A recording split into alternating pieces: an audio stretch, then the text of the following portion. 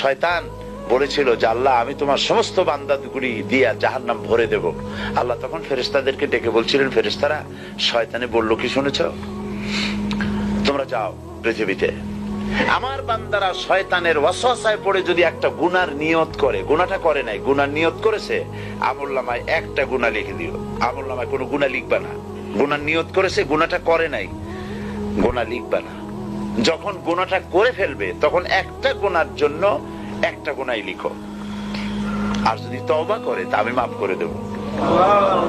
আর যদি আমার বান্দা একটা নেকের নিয়ত করে, একটা নেক কাজের নিয়ত যদি করে, তাহলে কাজটা করে নাই, নেক কাজের নিয়ত করেছে, হজে যাবে নিয়ত করেছে, যায় নাই, যেতে পারে নাই, এখনো দান করবে এখনো করে নাই, নিয়ত করেছে, আমলনামায় একটা নেকি লিখে দিবা। আর যখন নেকের কাজটা করা হবে তখন 10টা গ্রেস মার্ক